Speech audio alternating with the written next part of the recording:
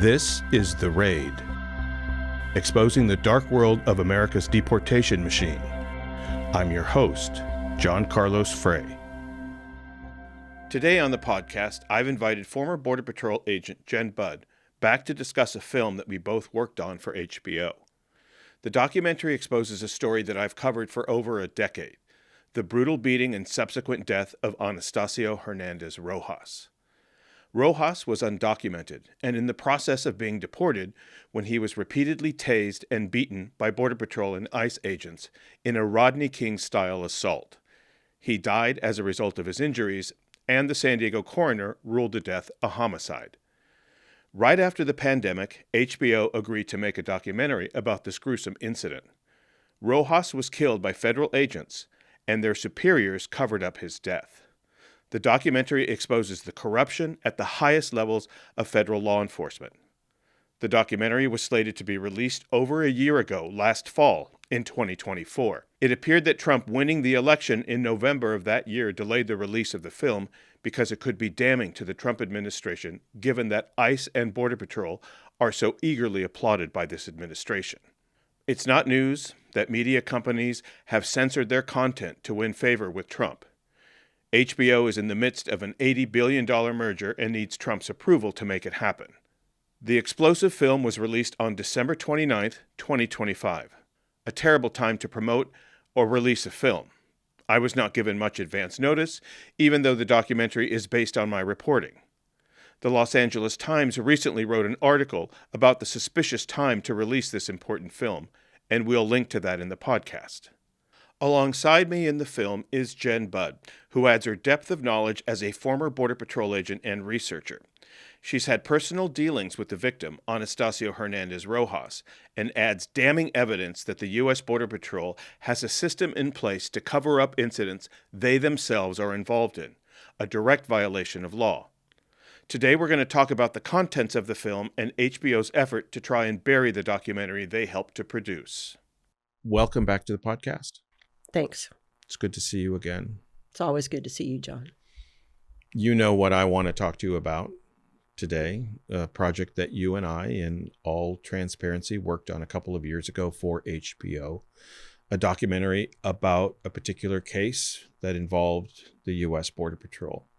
And you came on as an expert and also with some inside information, for the most part, which is about corruption within the ranks of the U.S. Border Patrol. So how do you feel about spilling the information here on this podcast?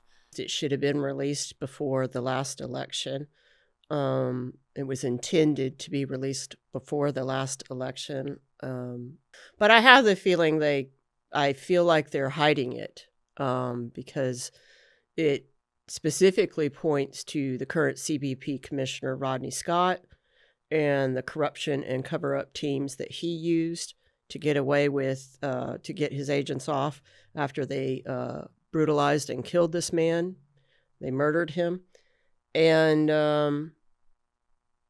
I think it's a little bit scary to talk about this, but I've been talking and writing about it for a long time just because I feel obligated, especially with my personal connection to that story. And so I intend to never shut up about it. So let me just set it up a little bit for our listeners and for the audience. In 2010, a man by the name of Anastasio Rojos was brutally beaten by U.S. Border Patrol agents and died as a result of his injuries. And in the subsequent investigation, myself as a reporter found that there were a lot of anomalies, a lot of things that didn't match. There were video that had been deleted. There was testimony from Border Patrol agents that didn't seem to match videotape that I had uncovered and we had broadcast on national television.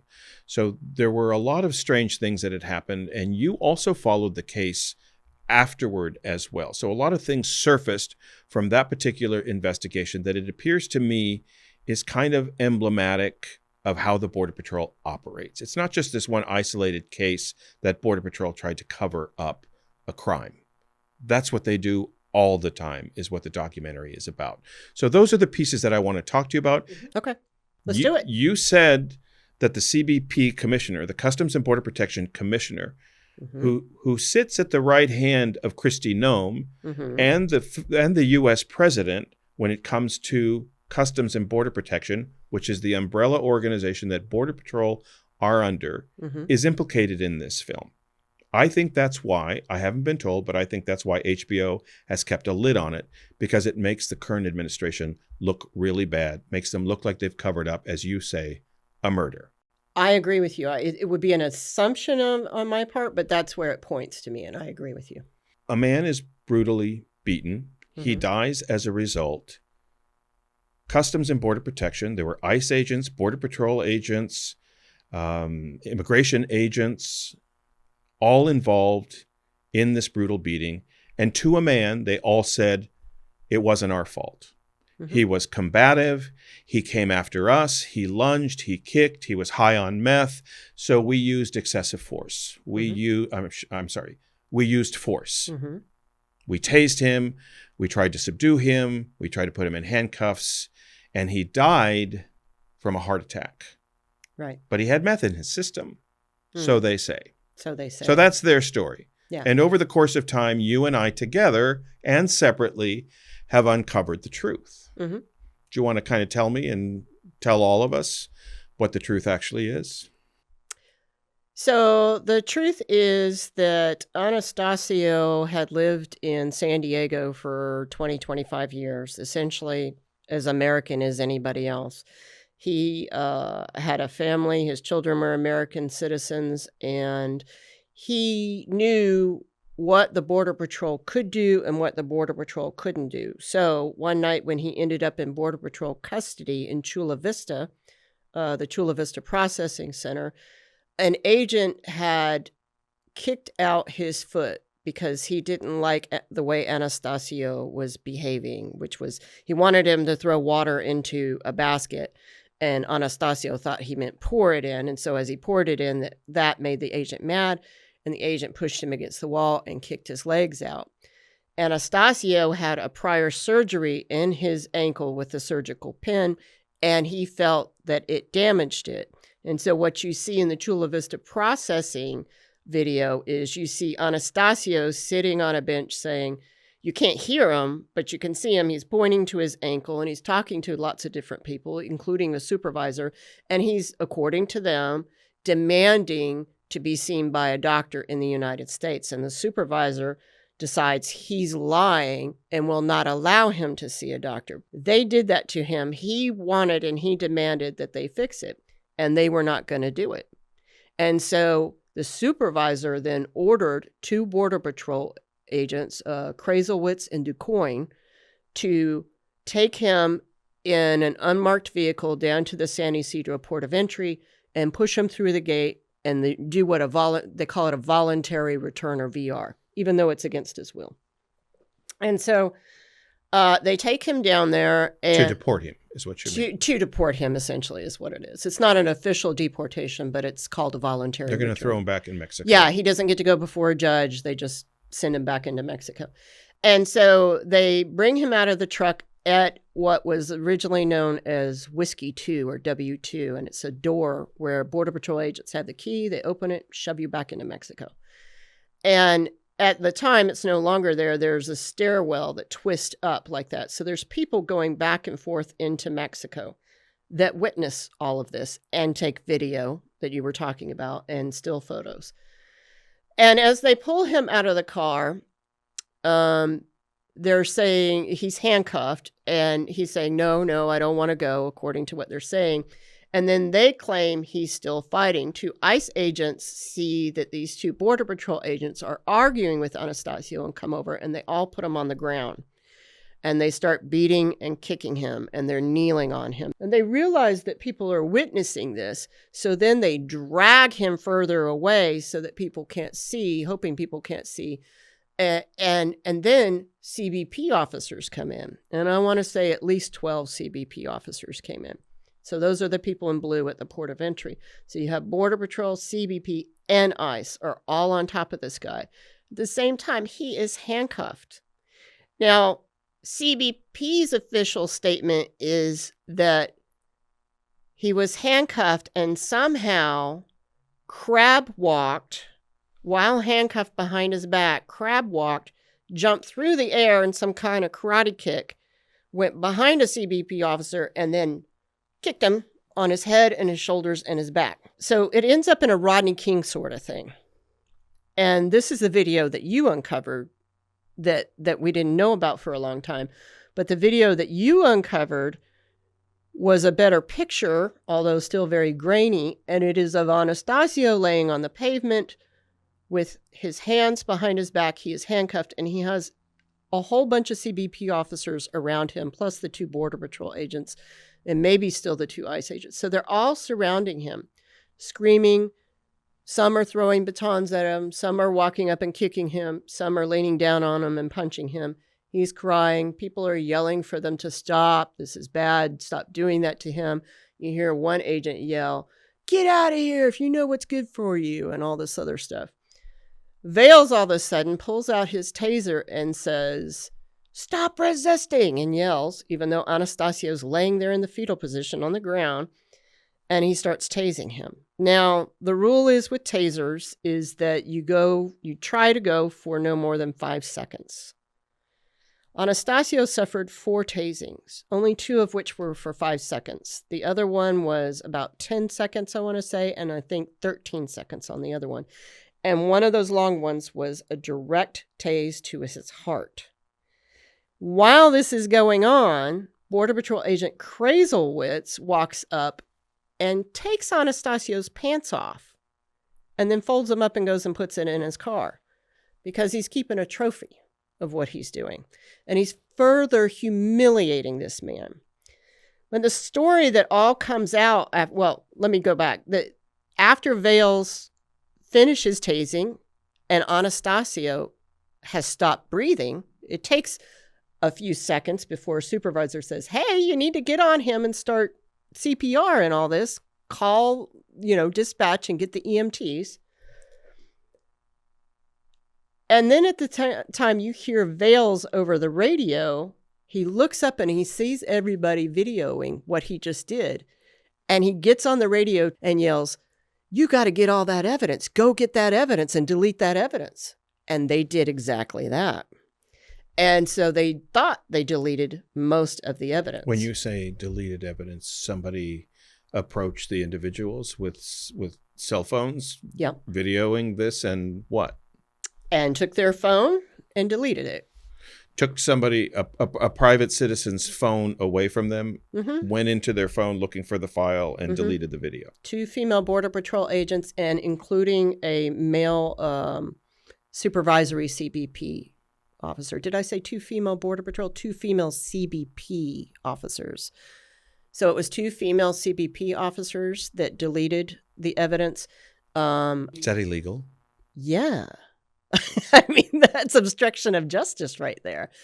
And later on, they said in court that they didn't know that was obstruction of justice. But why would they even think to delete? They're not following protocol. They're doing something wrong. They were just ordered to do it, so they did it. No, but I'm just suggesting the person who ordered these people to delete the video, they must have known that what they were doing to Anastasio is not within protocol. Right? Yeah, absolutely. They don't want any evidence of it. And not only that, I mean, there's this CBP supervisor who engages in and admitted to the San Diego homicide detectives that he deleted videos and evidence of the beating. And then when they brought him to the civil trial to testify, he pled the Fifth Amendment. So Anastasio dies. So he dies. They revive him.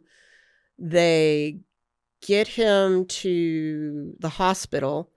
I think probably in Chula Vista was probably where it was that they took him. And while this is going on, San Diego Sector Border Patrol Dispatch calls a team called, in San Diego, it was called the Critical Incident Investigative Team. These teams are illegal. A lot of Border Patrol agents don't even know they exist. What is the team? It is a cover-up team. So an incident happens at the hands of Border Patrol where an individual dies or is at least now in the hospital on life support. Correct. Right? That's where we are so far. And Border Patrol gets a team together that's called the Critical Incident Team that you say is an illegal team To do what? To get to the scene first before the real investigators with the authority to investigate a use of force crime get there.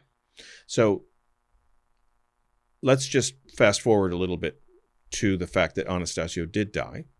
Mm-hmm. And you're suggesting that in the case of a homicide, in the case of a death at the hands of Border Patrol, there's an outside agency that should investigate that death. In this case, would have been the San Diego Police Department. Yeah. Because it was within their jurisdiction. This death happened in San Diego. San Diego detectives should take a look at what happened, should question Border Patrol. And you're saying that a team went before those investigators to clean up the crime scene? They did not even call the San Diego Homicide Police Department at all. They went to cover up the crime. They went to cover up the crime, and nobody bothered to call the San Diego Police Department. They were going to whitewash it, make it go away? United States Border Patrol only has the legal authority to enforce and do preliminary investigations into immigration crimes, narcotics crimes, and customs crimes. And now, after 9/11, they can arrest terrorists. So if a use of force incident occurs in the Border Patrol that is outside of immigration and narcotics and stuff, so a murder, a rape, a beating, the agency has to call every agency with jurisdiction. In this case, it was the San Diego PD, and then they would have to have called the FBI at that time. So they would not have been allowed to investigate themselves. Correct. Ever. Especially when they themselves have a hand in it. Someone died. Especially. He was alive when he went into custody with the Border Patrol and ended up dying and never had contact with anybody outside the agency. So they had a hand in his death. Yeah. And they should step back Yeah. and let an investigation happen and let the chips fall where they may. Yeah. That's not what happened. No. All of this that we're talking about, just so everybody knows, is pretty well detailed in a feature-length documentary film for HBO that was produced almost 2 years ago now, that was finished almost 2 years ago now. So this information that you're sharing with me has never been released to the public before in this way. Mm-hmm. Yeah. And it's a cover-up of a heinous crime. Somebody does die.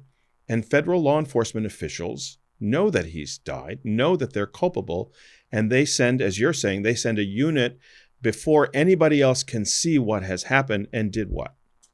So what happened is the critical incident team got to the scene, Whiskey 2. The body was already taken away. Anastasio was already taken away. And they basically did not retain any witnesses. All the witnesses were shooed away, sent back to Mexico, or told them to go into the United States wherever they were going. There was crime scene tape wrapped around it, according to the next day when San Diego PD finally got there. There were taser prongs all over the place. So there's evidence laying all over the place that was never gathered. And what the set team did was they went to the hospital and they stayed with him the entire time. At least one agent did, collected some more taser prongs that they got from the emergency room and just put them in their pocket and stuff like that. And they were just collecting everything. They were acting as if they were an evidence collection team, but they're not an evidence collection team. They have no legal authority to do that, and they don't have the proper training or oversight to do that at all. When you say collecting, you're really saying removing from the investigation crime scene. Yeah. So as an investigator goes to look at what happened, they're not going to have the evidence there anymore. Exactly. They're not collecting it to investigate. They're collecting it to hide it from anybody who's going to go and take a look. Yeah. They're developing the narrative. So the way it happens is the critical incident team, once they get there and they realize what's going on and they get rid of the evidence they don't like and they keep the evidence that shows that their agent did the right kind of thing, then they develop the story, the narrative that they want, and then they tell whoever there, it's either an assistant chief or an acting chief of the sector, this is what happened. They figure out what the narrative's going to be, what they're going to go with. They make up a story? They make up stories, yeah, to fit the evidence that they have that they want. So there's one thing. So I did investigations at the Mobile County District Attorney's Office, and that's where I kind of learned this. And one of the things I learned in studying investigations before I joined the Border Patrol is like 90% of whether or not a case is going to go forward in a crime like this depends on who's identifying the evidence. That's what the Border Patrol knew when they created these teams. The first person on the scene to say what is evidence and what is not. Can I stop you there for a second? Can control the entire case. Yeah. You are suggesting that the Border Patrol created a team to tamper with evidence. Yeah. On incidents that they're involved in. Yeah. You say that as a matter of fact. Do you hear what you're saying? It started back in the day when they were having a lot of shootings down there in that same area, and agents were being held responsible. And then at the same time, the sector was having to dish out a lot of money to people who were filing civil suits, and they did not want to dish out money. You are suggesting that they've created a shadow investigative unit to go in and doctor evidence, change the crime scene so that they don't get prosecuted or they're not liable. Exactly. In a civil hearing or in a criminal hearing. Their whole purpose is to limit the liability. And they have not to find justice, not to prove the facts, to limit the agency's liability and the agent's liability. Let me see if I have this straight. I understand it, of course, but I want you to explain it for the audience in some form of detail. Because it's shocking information that there is a law enforcement agency that has a separate investigative body that will make sure that if you fuck up, you're not going to have any repercussion. Because we're going to go in and clean it up for you. Mm-hmm. That's basically what it is, right? Yeah. And there's no authority. No. Nobody oversees them. They're not allowed to investigate. They're not allowed to do anything here. No. Congress doesn't even know they exist. It's a shadow unit. It's a shadow unit. And like I said, I know Border Patrol agents with 20 years in who retired who didn't know about it because they went more in like the press information office, or they went more towards areas. Maybe they were working more in Washington, D.C., and they just didn't deal with this kind of stuff and didn't know about this. It's pure corruption. It's on a need-to-know basis. But this is a corrupt unit. Absolutely. It exists off the books on purpose. Yeah, and the majority of agents they put in charge of those units have problems. So in the past 20 years or so, even since Anastasio has been killed by Border Patrol agents, do you know how many shootings, killings there have been at the hands of Border Patrol agents? Since Anastasio? Mm-hmm. I would say probably over 200. It's over 200. Yeah. And not a single one has ever been held accountable. Right? So every one of those, as Border Patrol speak, was a good shoot? Everyone would be a good shoot according to them. Yeah. So they were allowed to fire their weapon. They were in fear for their lives, so they had to defend themselves. Or some story like that. Mm-hmm. The scenario would be in every one of those 200 shootings or killings that they did it by the book. Yeah, but this also includes, I want to mention, this also includes pursuits. Because you see how, people are seeing now how the Border Patrol rams people with their cars and makes them crash. We've been doing that down on the southern border probably since 1924 when the Border Patrol started. And we get away with it, and we even kill people when we do it because those teams come out and just say, oh, the car just flipped on its own or this or that. They've gotten away with a lot more killings than you think. So the 200 that we know about... It's just the tip of the iceberg. Because the Border Patrol are reporting on themselves? Yeah. So anything that we know about crimes that the Border Patrol have committed or accountability or prosecutions, they have gone before any of those and cleaned them up. Exactly.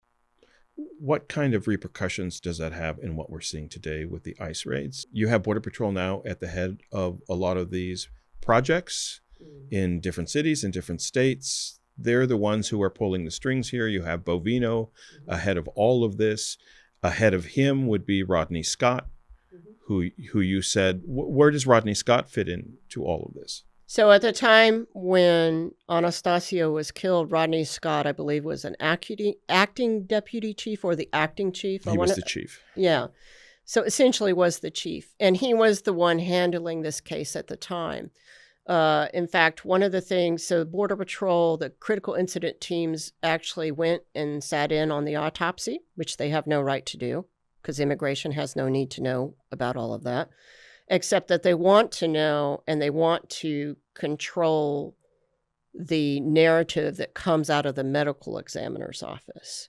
And so in the medical examiner's report, what you see is basically everything that the SIT team said happened, as opposed to what really happened. So now they're falsifying another report. And they took the medical report. And they found out in the medical report from the toxicology that there was some amount of methamphetamine, they said, in Anastasio. And then they immediately gave it to the press to make it seem like this guy was out of control, which is how they portrayed him in the media. He's out of control. He's really strong, you know how they always make it seem like this guy could lift a house kind of thing. So they created a narrative that he was using excessive force himself. He was high on meth.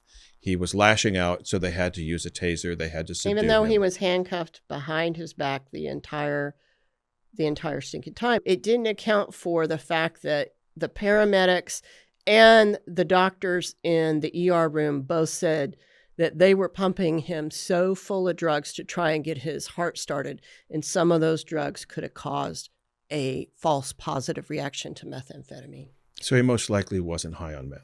Most likely was not high on meth. His family and his brother, who had crossed with him, had said he'd never seen him do anything but drink beer. He wasn't a drug user. So the entire narrative is false and a man is dead, and they made it look like it was his fault. Yeah. And the person who managed that investigation for Border Patrol is now the head of Border Patrol in Washington, D.C. Yeah, and that's not the only one he's done. He's used those teams in a lot of incidents to cover up sexual assaults, to cover up another killing that was done here in San Diego as well. Pretty much every manager in the Border Patrol knows what these teams are, and most of them have used them. So I ask you again, how does that relate to what we're seeing today?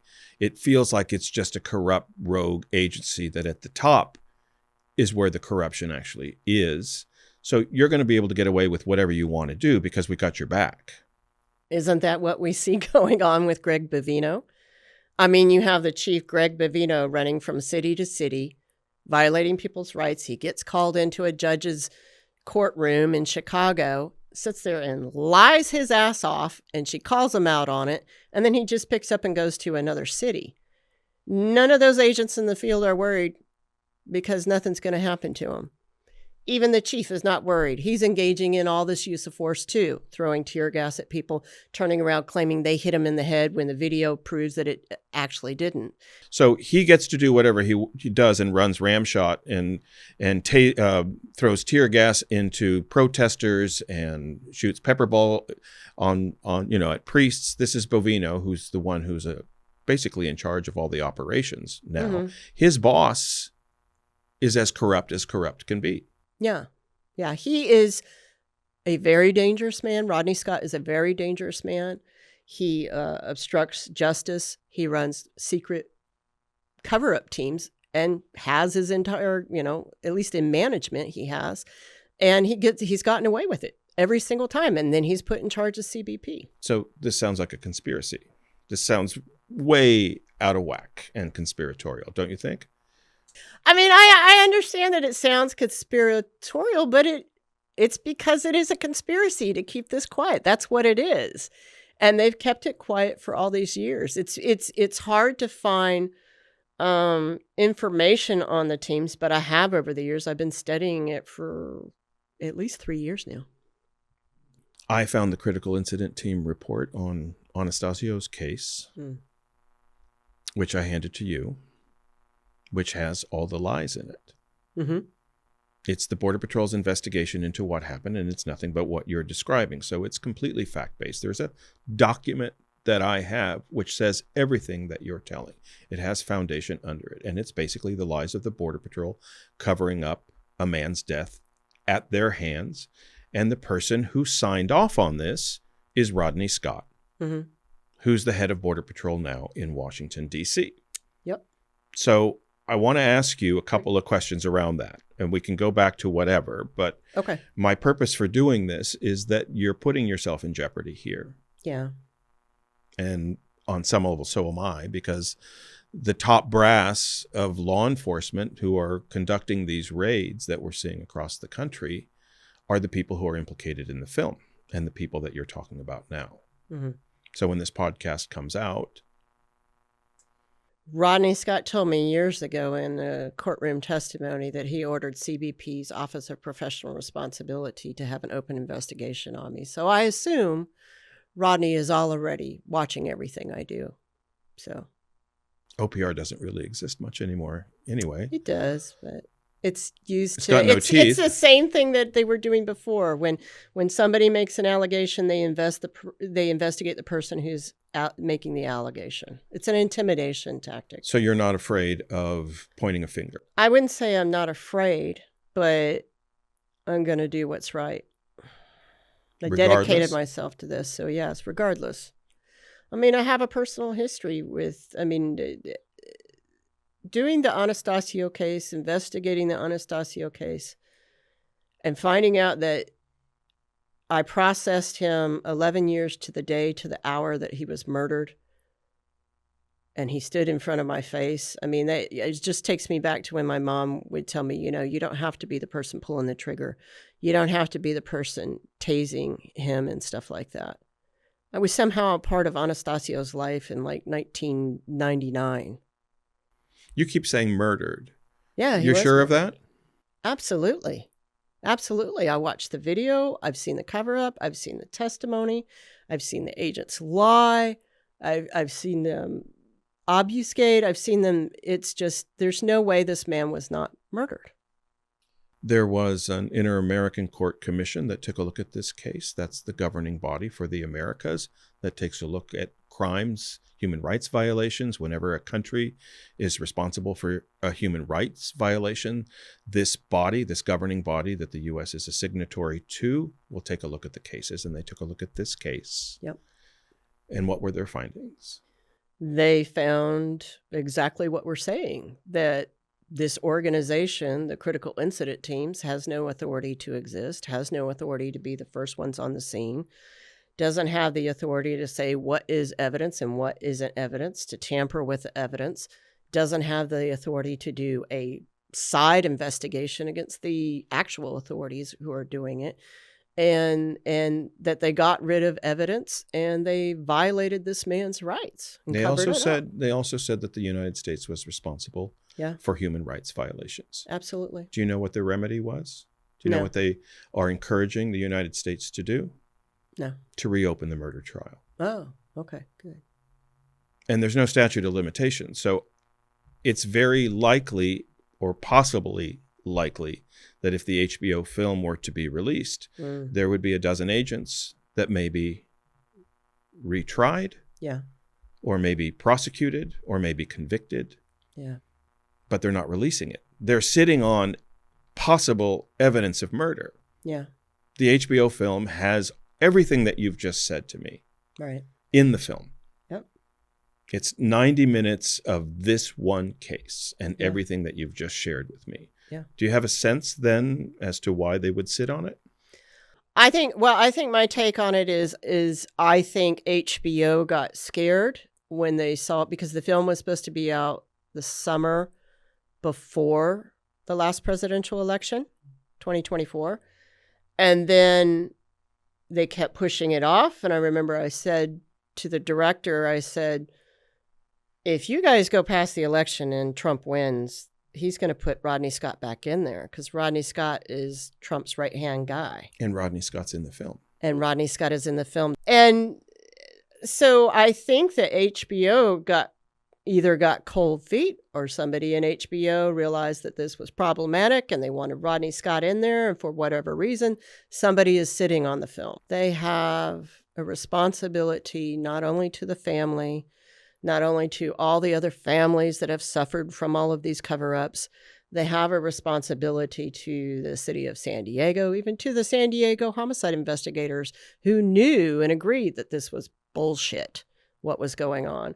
And they have a responsibility to the entire United States, because this man right now is ordering these same agents who engage in these kinds of things and still have these teams to cover up their use of force crimes. I mean, you think about it. Think about it like this. The guy who did that, Rodney Scott, 15 years ago, is now back in charge of the actual teams who did this. He can order those teams to go anywhere because now they've been rolled into CBP. So he can, to legalize them, to make them legal. So he can do anything he wants and cover up anything he wants. And people have been critically injured in the ICE raids. People have died in the ICE raids. I'm not aware of any agent being investigated. Yeah, exactly. So these teams are still there. They just, they literally took these teams and took the Border Patrol shirts off of them and put on blue CBP shirts and said, okay, now they're legal. What are you thinking? There's no accountability for any of this. And so what we're seeing in Chicago and LA, and people are like, aren't these agents afraid of accountability? I get asked that question so much. Aren't they afraid they're going to get arrested for doing this stuff? No, because they never have been. Because someone's got their back. Nobody has been convicted of a bad shoot or ramming people and causing them to die or any of this stuff. Or pulling a person out of a car. So when you see them, throwing tear gas and hitting people in the face with pepper balls and all this, that's the stuff they've been doing down here on the border forever. Forever. And people are like, well, there's video. There was video of Anastasio's killing. There was video of Anastasio's killing by a pedestrian, but there was also surveillance video from the cameras that were at the border. Yeah. Right where the incident happened. Probably a better view of what was going on. It was right above the incident itself. What happened to that video?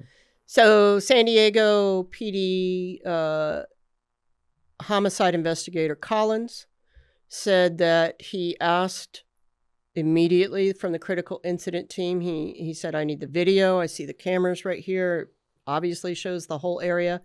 And they're like, okay. And they ended up giving him a video in a couple of days. And he said it was the actual area. But what they realized is nowhere in there could they see Anastasio in the beating, even though it was right there. And so they realized the time was off. And so they gave them a video that was from an hour before.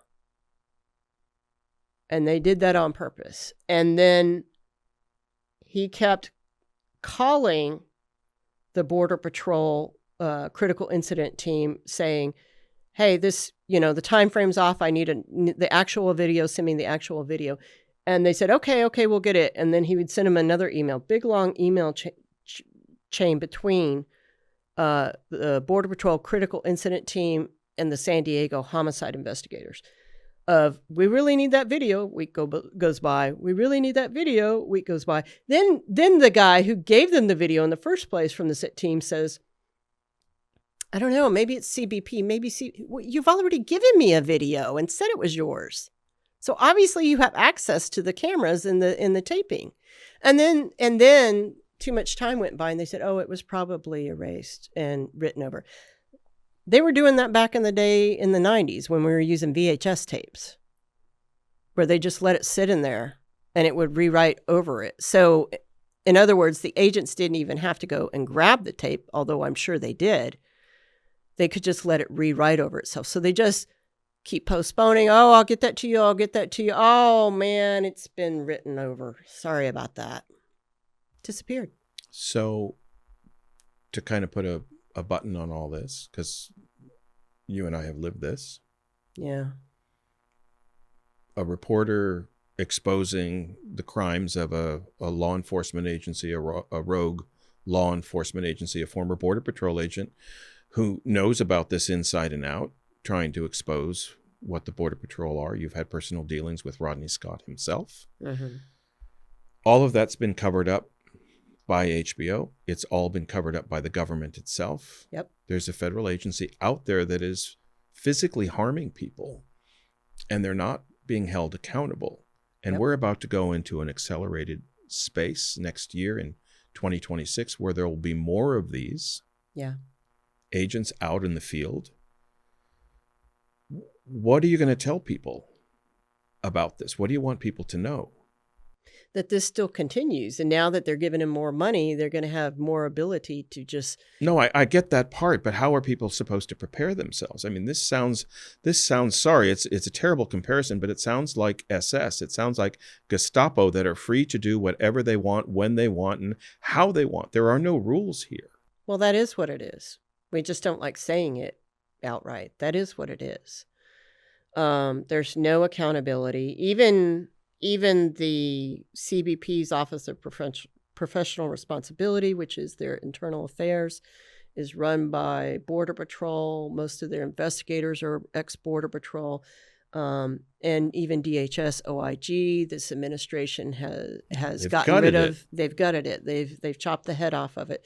So, I mean, it wasn't very good before, quite honestly. I mean, from my standpoint, because I researched this and have been trying to get people to see this for so many years, it's like people are like, wow, you were right, and this and that. So it's kind of like, at least I feel like, I'm not so crazy in saying this stuff. But I don't know what people are going to do. But you're letting a rogue agency that has had cover-up teams for 30 years and gotten away with it. It's the biggest, largest secret shadow cover-up team ever known in the history of American law enforcement. And HBO's sitting on top of it. Thank you. Anytime. Thank you for listening to The Raid, available wherever you get your podcasts. For more information about our guests and the subjects we cover, please visit our website at theraidpodcast.org.